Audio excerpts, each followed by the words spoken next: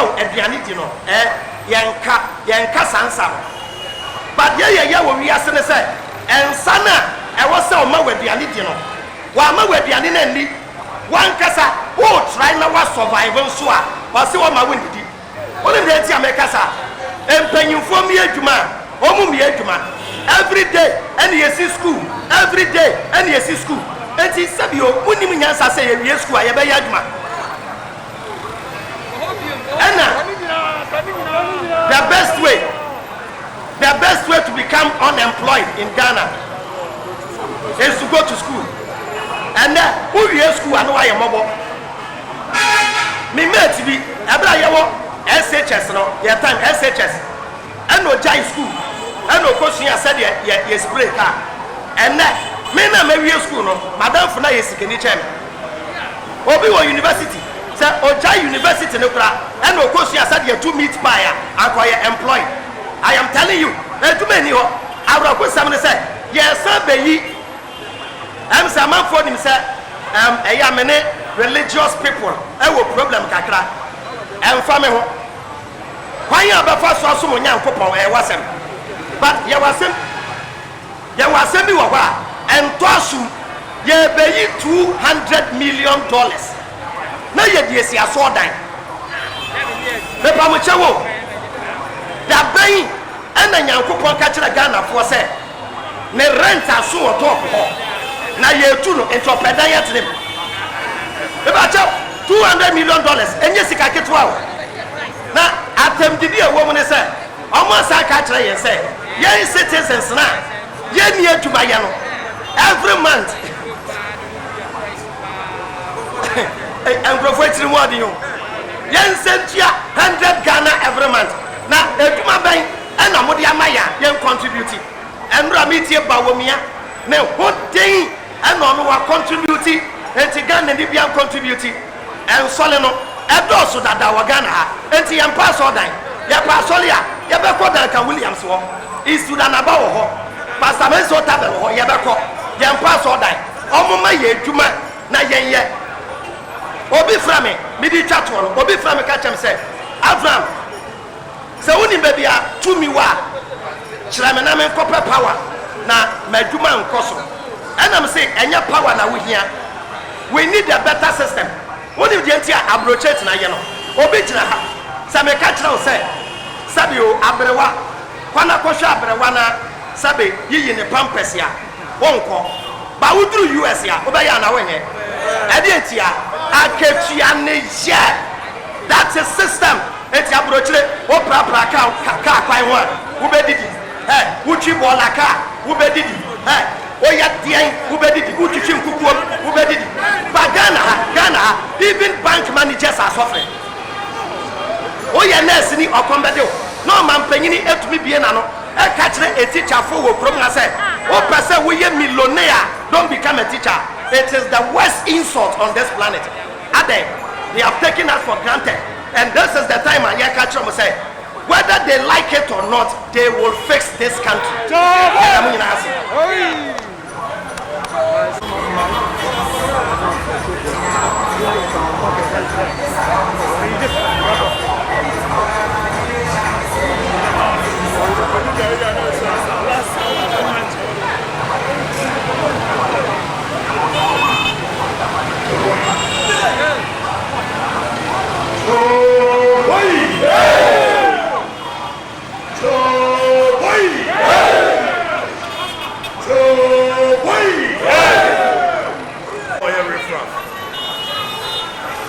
Bronika sa refra for Bronika sa sabi obi oye kokoro abaya ojina we wo lawyer ni mapa a woti US na di djuma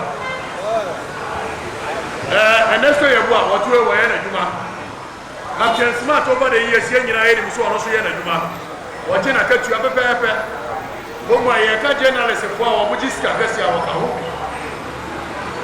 ami oti ye na djuma Abraham Moshe tuwe wodi domanim oya na djuma wo jini sika pepepe etiye na no mo go ka se bi entia ye nim nyansa kianso ye employ nkrofo minim nkrofo abosumi bi ti omo ka kwa mo nipa be 15 a bi ti omo ka bosumi bia eti se bi o ye ne kwa Yadi Yawasi was a Yabaya Amagana, ye not because you need to maybe a deep. Maybe I won't know a Yakwama and the Cassian for America, no America, only baby. They see me passport, meaning for 5 years in my combat. May it well or brochure. As you can hear, Hamia, some babbage in a hand, my some baby, me Padia. Nana don't go for those, so young and a buyer, winning our way. 2016, I was the face of the MPP campaign in this country. I was the voice behind the MPP campaign in this country. Here I am, someone to say. Chief of Staff, Mammy from Party, every year, be a December draw. While Mammy Kran is a 5,000 Ghana City, but all, and Mammy did make. Etikadiana Mary, Madame Fones Ameoku, the Chief of Staff office, anyhow. The pass and so what you anyhow. Sikana Mepa, Yamba, Yabamame. Nemo Miana Mary. Yentia Yatu Abama, and now the Danko for the say. Yes, over the years, for the past 30 years. We have been seeing substandard governance. Tienye. Amemwo troka. Amemwo ya gata kwasi broni dwine na gata no waya underground tunnel. No wa collecting show no wa timi treating show no de amane manfo. Ye de ya every year bia ya gata so ye nhuru gata sa ye. Every year bia me ba ye kwa benya for the past 13 years. Aya atomic kwa benya road me wu ye kura no ekosi pokuase ya no more than 7 times ada sabi o ya border mana anso kwasi broni ya dia wotime dwine 50 years kwa me nkoma ye motorway wo dwine hu 50 years amebu ya kwanya ya baba to ba ni agina so ni aya sapete kwan ensuo to ya na hohuru ni nyina ko me ba ye mani ntwa kwa motorway light ya no so ya ye motorway light more than 10 times adetia so one kasa check contract more tie me kan se mi a kire Ghana the only reason here ye peaceful is say enkrofon tedie so around them not as not because we are a peaceful country. The people are siphoning money, stealing from you, and who na boss one robo sabio ye jibi kwado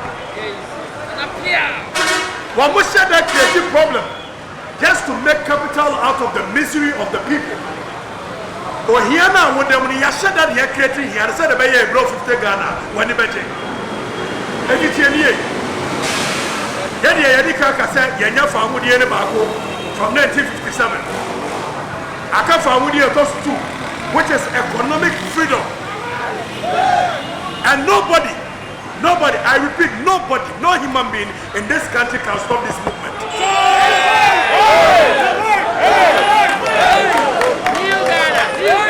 If people think, if anybody thinks, some of it may issue intimidation, especially the media. Some of it can't, some not, some of it are there. This is the people's movement. The people will override. And I'll tell you something. In 1986, there was a music that was released by one Munta Baruka. He said, any which way possible, freedom must come. Is it any which way possible, freedom must come. Whether through the ballot or through the bullet, whether through the Bible or through the gun, any which way, economic freedom must come. Choboy. Takoradi. Demonstration in 21st September, yes, I Takoradi for. Yantina ho amom free asika nwananka ogoka say franco phobia article 71 of sebi omo hia cha doctor for omo hia cha doctor for omo hia cha teacher for omo hia cha nurse for abrom for also there was an alien social class this year by 1957 on the 5th of March and as alien class no mo wie abaye. Now, unfortunately for us, there is another social class that has the same color as ours, but they are very white in thinking. And the earlier we struggle, just as the Mensah service struggled, if we do not act fast, this alien class will plunge us, our children, and the next generation in slavery once again, or better still, into perpetual servitude. And we will not allow it today, we won't allow it tomorrow or the next year. We will fight and fight and fight just as our forebears fought. Thank you very much. Abetelier, Wamana Tetelemo, Legon, I have 40 can edit Legon. Me, I'm a tear, never Papa was in your cocoa, or no cocoa or Savi. Savi also, a contombra body, and a cocoa for her. Yatimiat now, Masabio Sabio, Omaya Yatimwa, your first leading producers of cocoa, second leading producers of cocoa. And so many of us are also Savi body, Aquala, what to a mill of my Benyabia. I just mean an airplane, I put Yana, what a chair like a grandma, Sabio, your mother. Omaya Yatimwa. Leaders know you will go, you will demo, you will boxer, you will cocoa, you will manganese, you will timber, you will everything. Over the continent Africa, 66% of the world arable lands, baby, I said you two are the one free. You will 66%. And so I'm saying what tip on cost leadership in team. You can food to the tune of $10 billion every year. Your mother, Abetenier, we don't have leadership. We have misleadership. We have enemies of state. We have people who think they are more than even the colonial masters. And I tell you, Omupeo, Ayobudo, Omobe say video, Omu say video, Omu Nimsebe, Memamia Kushabre Wakwaya, Sem de Meni, SBB Susamaya, Bibian, what is me? Takoradi, Omupeo, 21st, you know. Ya baye die who kura che ha ya shaga na former say choboy ya shaga na former say Takoradi ewia ye wie ya de ni be kire sirem ye wie sirem a ye wie ya de ni be kire aye sirem ye wie ya de ni be kire aye sa NDC forward bank ni wo mo ta reje mo ti won say yes say world bank na mo ti won na mo say ya world bank and so mo ta reje kro no koso. We are not saying people in the world, we go to Santamem, Yadamo, you go break you on back one at Toronto. And I know what of you, I said, as at the four, you cannot grant. Now you cannot grant because of your minerals commissions in crime. You're 2 minerals. Why do you want to cry? 124 years down the lane, why do you want to cry? What's the message at the four cannot grant? Young cannot grant, then cannot grant.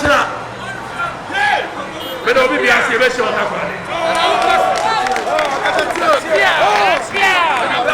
that this is about fixing the country. This is fix the country, not fix Accra. And so it was important for us after the first demonstration where a lot of Ghanaians came out.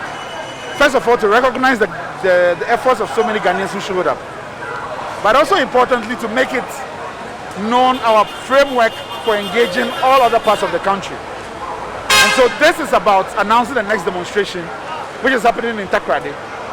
But also in part of that conversation, we have made it clear our objective is that we want a new constitution for a new generation. A new constitution that gives economic justice to everybody. That not only a few Ghanaians would enjoy at the expense of all of us. And that process of getting a new constitution, we have called for a vote of no confidence in the 1992 constitution. And we have laid out the framework from which we are going to get Ghanaians to sign up to that. And so this process was also showing Ghanaians how they can reach out to us.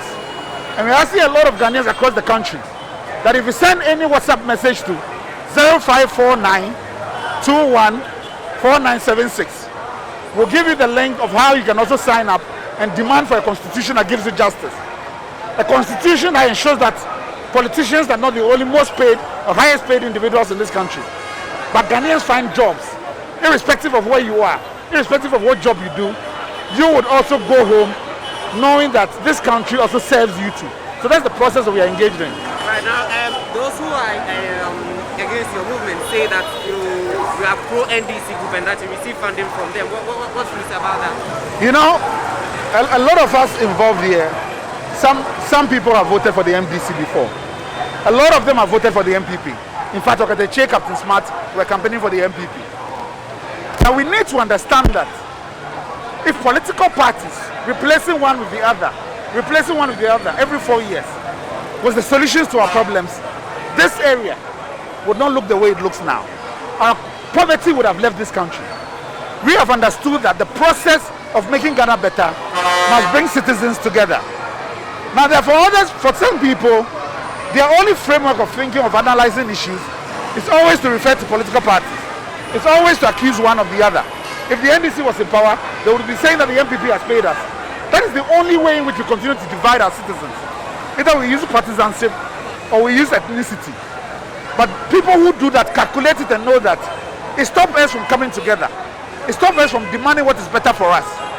So we have no interest in mobilizing as a youth wing of the NDC. They can do that for themselves. They went on their own demonstration. Ours is about a different conversation. We want a conversation irrespective of what party is in power. That when I am hungry, hunger does not wait for regime change. When I am tired and I want to go to the hospital, nobody asks me for MPP party card. Nobody asks me for NDC party card. That is the conversation we want to have. And so people can continue to distract you. But you have to ask yourself that if the NDC had the answers, wouldn't you have voted them out? And because now would we continue to be engaged in MPP, NDC? That's why we don't want to form any political party. We do not care about political party. It's about bringing young people and all people in this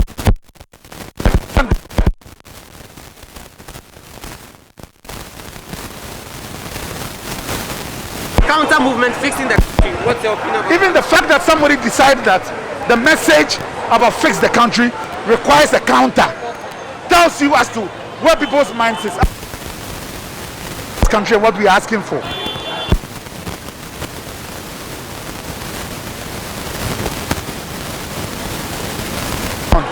This is the people who really think about our future and our destiny. These are the real conversations we need to be having. Thank you. Thank you.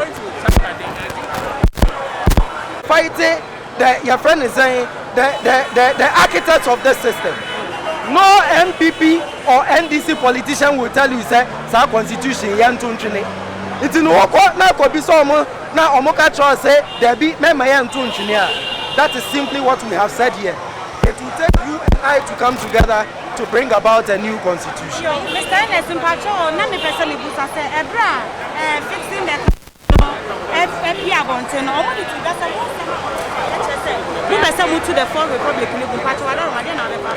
we don't respond to Ose from saying fixing the country. It's such a moribund. I don't even know how to describe. Meaning, maintain or mokanyona woka, maintain that.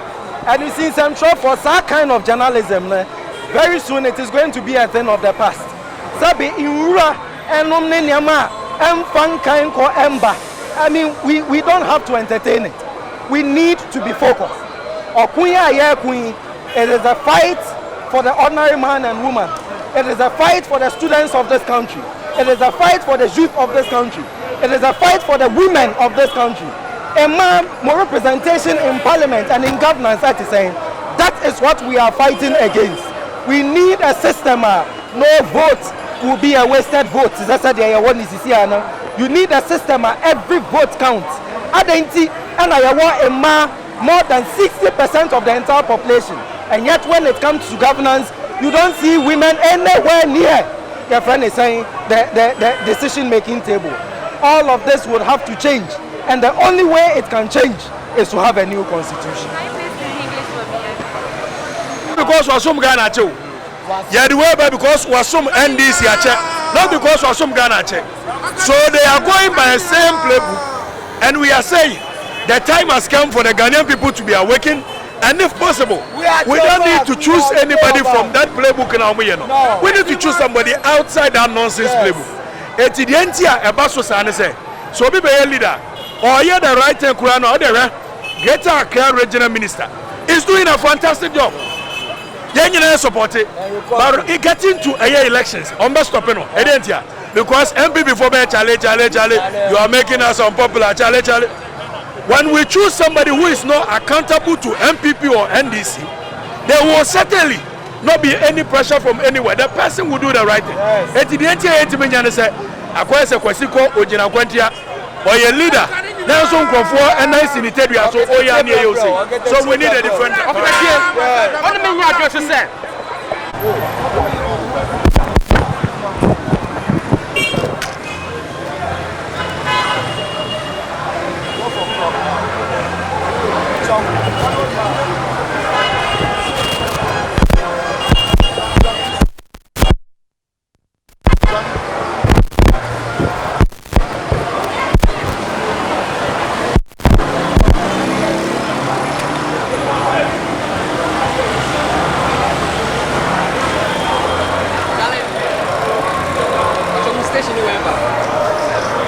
ya be kill mu nyina fi ho the power belongs to the people yen ye mo power na e de na ye de say yen ne ya mo adwuma na yen ye san bo mo akohoma o yen ye se atua tax ene ya san ka chom say mo de abosia bi a mo pe wo wi ase bia no mo mfa ye bi nkobo bosia na mo mfa si a abai adwuma be na mo de say na wo ba power o man panyini what wa ketie ma ko 79% na o ma civil servant fo a on be ye adwuma de 4% ya it is an insult na ba betua wo yireka o man panyini wo ba betua wo abai na sama ehia me pa no wo da common sense wo na wo ye pani kwaje fa wo da no ye me pese me woni se a youth na ye wo man mu se ko ba se ye yi pani fo na fi wo ama maburu na bu man na wo wa rehye bubo mem no so metime bu Ghana oh simple kra ye won se empanyufo no o mo time na twem o so mo ti ase nti no mo tu kwan no mo da no o mo nyinyi na do 77 years o so ko pe ba bi tira no o twetwe no wa bre so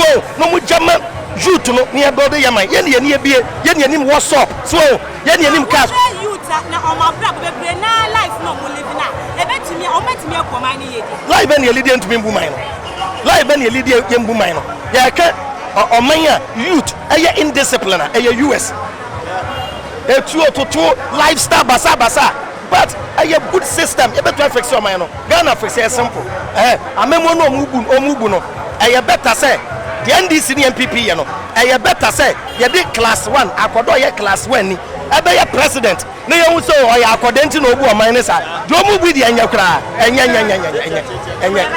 ya da mu ina se country possibility every again our papa fixing the country for oh yeah I'm say you started fix the country no and I'm say young can ye MPP for so I started fixing the country into a good answer omo come akire yen say the year can omo asum simple into ye ni age say Hobson adoye mo ne Ernesto Osu bempam omo agegina mu say omo so be fight na ya fix your man no into problem bi ani ye ni omo ni problem but omo njai say omo pamatade bi di ahye yen da bi na mum yes e poman ni yie and omo say omo ate on be fix Ghana ye hwe omo anim omo fix ma ye na yeso ye ho ntoye eno ana ye hwehwe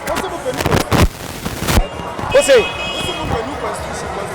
yanka say a new constitution yes say constitution na down kro no to kro na edem no omo sili portos ni nyina ontumi emfa clause bi ma sa clause no benefit ye wo mu nyina ye mu mpanyimfo ne nko a omampanyin na Dubai constitution na manakwan wetumi ato na ketuyem up to 79% na the same constitution ma civil servant 4% ya ada bone be ne yaye nti ya say constitution no eye sojeni na de bai o mpe sojeni amamuo ba ne mena ne de wope esa se kro no to kro wom ana sa article 71 no omo ye so smart say omo a ombetumi a chi mpanyufo na tum no omo nyina didi wo ho attorney general ehjem IGP ehye ho chief of staff ehye ho nti bu amene omo kro no na ye nyina ye ndidi na citizens ne mbre nti omo ye so smart say they won't teach you the constitution because say you try in school they won't say hey enti mpanyufo no favor omo woni nti omo teach you the Lord's prayer and the Quran na ye nche constitution enti constitution no ye ba be create platform ye de be ko local languages nim na ma me no tomato tena wo sa emre ebu oman no enye mra papa nti wo say ye sesa emre bi ewom eno na ye ka